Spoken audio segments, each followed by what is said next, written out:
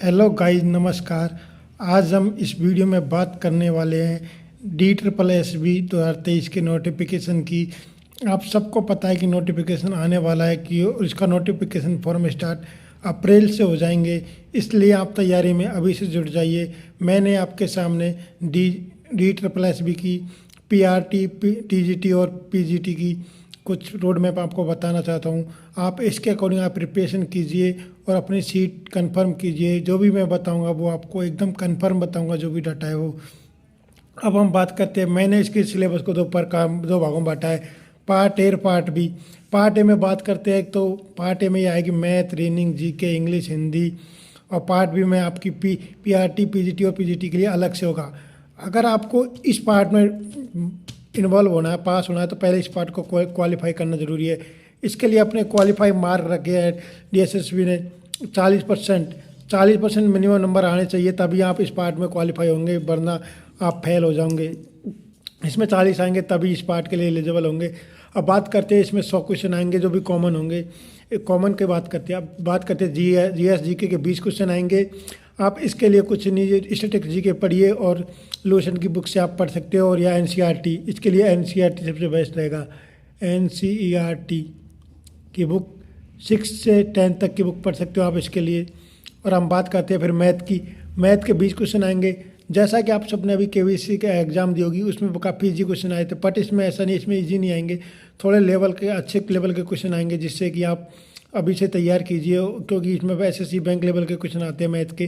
तो आप अभी से अच्छे से मैथ को कीजिए, क्योंकि KBS में बहुत ईजी आई थी। अब रीजनिंग की बात करते हैं। रीजनिंग में 20 क्वेश्चन आएंगे। कोडिंग डिकोडिंग हो, चाहे बैन डायग्राम हो, चाहे स्लोगिज्म हो, सब टॉपिक से क्वेश्चन आएंगे। इस वजह से 20 क्वेश्चन रीजनिंग के आएंगे। और इंग्लिश और हिंदी में तो आपको पता है ग्रामर आएगी, तो इंग्लिश हिंदी में ग्रामर पे ज़्यादा फोकस कीजिए, क्योंकि इसका ग्रामर का पार्ट बहुत इंपॉर्टेंट रहने वाला है। कि इसमें पर टॉपिक से 50-20 इससे 20 इससे तो ग्रामर आप इंग्लिश हिंदी के लिए ग्रामर पढ़ सकते हैं। अब बात करते हैं सेकंड पार्ट की, जो काफ़ी बहुत इंपॉर्टेंट है इस चीज़ के लिए। सेकंड पार्ट को क्वालिफाई मिनिमम नंबर तो पता 40% है कि इतने तो आने चाहिए, तभी आप क्वालिफाई करोगे। आगे कट ऑफ ज़्यादा भी जा सकती है। मैं तो ये तो मिनिमम मार्क्स बताया कि इसके पार्ट के लिए ऐसे है। अब हम बात करते हैं PRT की और PGT। मैंने 3 भागों में बांटा, PRT, TGT और PGT। अब PRT का पार्ट का बहुत ही वाइड सिलेबस है। PRT का कोई सिलेबस लिमिट नहीं है, बिल्कुल है, बहुत ज़्यादा है। हम बात करते हैं पहले सबसे पहले साइकोलॉजी, फिलॉसफी के लिए। अब इसमें एक तो फिलॉसफी के क्वेश्चन आएंगे, एक साइकोपेडालॉजी के आएंगे हर सब्जेक्ट के। तो आप बात करते हैं पहले फिलॉसफी के लिए आप 11th-12th की बुक, NCERT की बुक प्रिपेयर कर सकते हो।